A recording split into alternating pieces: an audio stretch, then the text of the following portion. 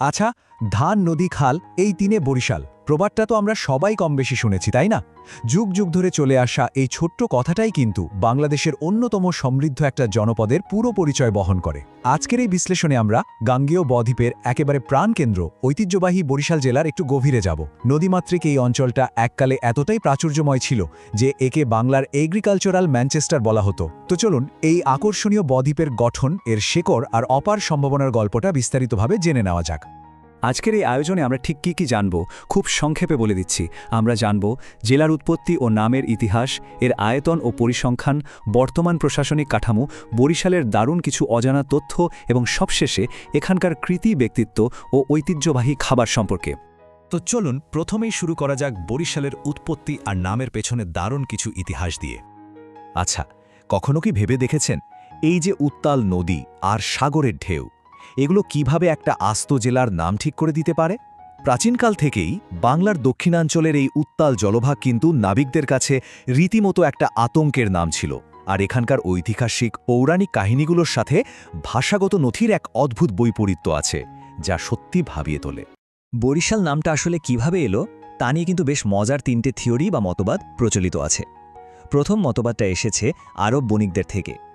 এই উত্তাল সাগর পাড়ি দেওয়ার সময় তারা নিজেদের জাহাজকে বলতো বাহর, এবং বিপদে পড়ে নানা প্রশ্ন বা সওয়াল করত। অনেকেই মনে করেন এই বাহারি সওয়াল থেকেই বরিশাল নামের উৎপত্তি। দ্বিতীয় থিওরিটা হলো ইউরোপীয় বণিকদের লবণের ব্যবসাকে কেন্দ্র করে। এখানে বড় বড় লবণের গোলা ছিল, যার কারণে তারা একে বলতো বোরোসল্ট।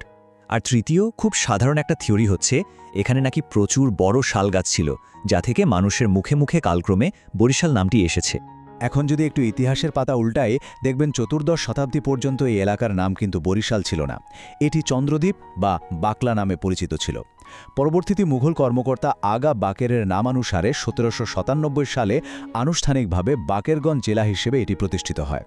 এর ঠিক কয়েক বছর পর মানে ১৮০১ সালে জেলার সদর দপ্তর বাকেরগঞ্জ থেকে সরিয়ে বরিশালে স্থানান্তর করা হয়। ইতিহাস তো জানা হলো, এবার চলুন বর্তমান বরিশালের আয়তন আর বেশ কিছু চমকপ্রদ পরিসংখ্যানের দিকে নজর দেওয়া যাক। এখানে সবচেয়ে গুরুত্বপূর্ণ বিষয়টা হচ্ছে নদী বেষ্টিত এই বদ্বীপের সুবিশাল বিস্তৃতি। জানলে অবাক হবেন, এই জেলার মোট আয়তন প্রায় ২,৭৮৪ বর্গ কিলোমিটার। আর কীর্তনখোলা, সন্ধ্যা বা হিজলার মতো নদীগুলো কিন্তু প্রতিনিয়ত ভাঙা গড়ার মাধ্যমে এই সুবিশাল এলাকার মানচিত্রটাকে একদম নতুন রূপ দিয়ে চলেছে। আর এত বড় একটা জায়গায় মানুষও তো কম নেই। ২০২২ সালের জনশুমারি অনুযায়ী এই জেলায় বসবাস করেন ২৫,৭০,০০০-এরও বেশি মানুষ। হিসেব করলে দেখা যায় প্রতি বর্গ কিলোমিটারে প্রায় ৯২৩ জন মানুষের বাস। বুঝতেই পারছেন, বেশ চমৎকার একটা জনঘনত্ব আর প্রাণবন্ত পরিবেশ রয়েছে এখানে। এখানকার ডেমোগ্রাফি বা জনমিতির একটা দারুণ দিক খেয়াল করুন। পরিসংখ্যানে দেখা যাচ্ছে এখানে পুরুষের সংখ্যা ১২.৫ লক্ষের কিছুটা বেশি, আর নারীর সংখ্যা ১৩ লক্ষেরও বেশি। অর্থাৎ প্রতি ১,০০০ জন পুরুষের বিপরীতে এখানে নারী আছেন ১,০৪৭ জন। এটা কিন্তু বেশ উল্লেখযোগ্য এবং দারুণ একটা পরিসংখ্যানগত দিক। এবারের অংশে আমরা দেখব এত বড় আর জনবহুল একটা জেলার প্রশাসনিক কাঠামো আসলে ঠিক কিভাবে সাজানো। পুরো জেলার প্রশাসনিক কাজ খুব সুচারুভাবে চালানোর জন্য এখানে রয়েছে একটি সিটি কর্পোরেশন, ৬টি পৌরসভা, 10টি সুনির্দিষ্ট উপজেলা, 14টি থানা এবং একদম তৃণমূল পর্যায়ে বা প্রান্তিক মানুষের কাছে সেবা পৌঁছে দেওয়ার জন্য রয়েছে ৮৮টি ইউনিয়ন।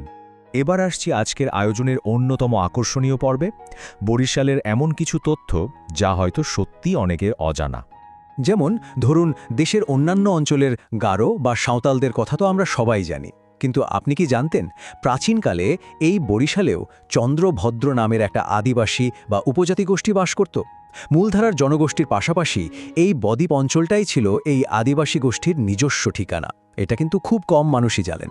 আর একটা বিস্ময়কর ব্যাপার হলো, প্রাচীনকাল থেকেই পলিমাটি দিয়ে গঠিত এই উর্বর অঞ্চলটা কৃষির জন্য এতটাই উৎকৃষ্ট ছিল যে পর্যটক র্যালফ ফেস ১৫৮০ সালেই এর প্রাচুর্যের কথা উল্লেখ করেছিলেন। প্রচুর চাল, কার্পাস বা তুলা এবং রেশম বস্ত্রের বৈশ্বিক বাণিজ্যের কারণে এই অঞ্চলটি রীতিমতো বাংলার এগ্রিকালচারাল ম্যানচেস্টার খেতাব অর্জন করেছিল। ভাবা যায়? আচ্ছা, এবার বরং বরিশালের একেবারে মূল আত্মার কথায় আসা যাক, সেখানকার কিংবদন্তি ব্যক্তিত্ব এবং অবশ্যই তাদের ঐতিহ্যবাহী খাবার। বাংলার অনেক বড় বড় কীর্তি আর কৃতিত্বের সাথে কিন্তু এই বরিশালের নাম জড়িয়ে আছে। মহান রাজনৈতিক নেতা শেরে বাংলা A.K. ফজলুল হক, রূপসী বাংলার কবি জীবনানন্দ দাশ, নারী জাগরণের অগ্রদূত কবি সুফিয়া কামাল, কিংবা চারণ কবি মুকুন্দ দাশের মতো প্রখ্যাত সব কিংবদন্তিদের জন্মস্থান এই বরিশাল। আমাদের শিল্প, সাহিত্য আর রাজনীতিতে এই অঞ্চলের প্রভাব আসলে বলে শেষ করার মতো নয়। আর বরিশালের মানুষের ভোজন রসিকতার কথা তো বিখ্যাত। কবি ঈশ্বরগুপ্ত সেই কবেই বলে গেছেন। তিনি বরিশালে বেড়াতে এসে এখানকার খাবারের স্বাদ নিয়ে লিখেছিলেন, এখানে খাদ্য সুখের কথা বর্ণনা করা যায় না। এখানকার মতো উত্তম চাউল বোধ করি বঙ্গদেশে আর কোথাও নাই। কথাটা যে অক্ষরে অক্ষরে সত্যি তা এখানকার মানুষের আতিথেয়তা দেখলেই বোঝা যায়। সত্যি বলতে কি, রকমারি ঝাল খাবারের পর মিষ্টি মুখ ছাড়া কিন্তু বরিশালের মানুষের ঠিক তৃপ্তি আসে না। আর তাই এখানকার ঐতিহ্যবাহী খাবারের তালিকায় রয়েছে খেজুরের রস, গুড়, নারিকেল আর দুগ্ধ ছানার তৈরি প্রায় ১০০ রকমেরও বেশি পিঠা।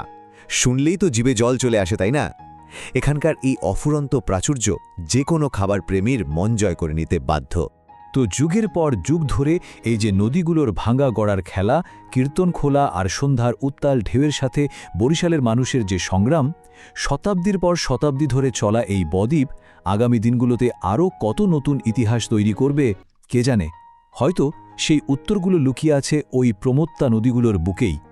আজকের এই বিশ্লেষণে আমাদের সাথে থাকার জন্য আপনাদের সবাইকে অসংখ্য ধন্যবাদ।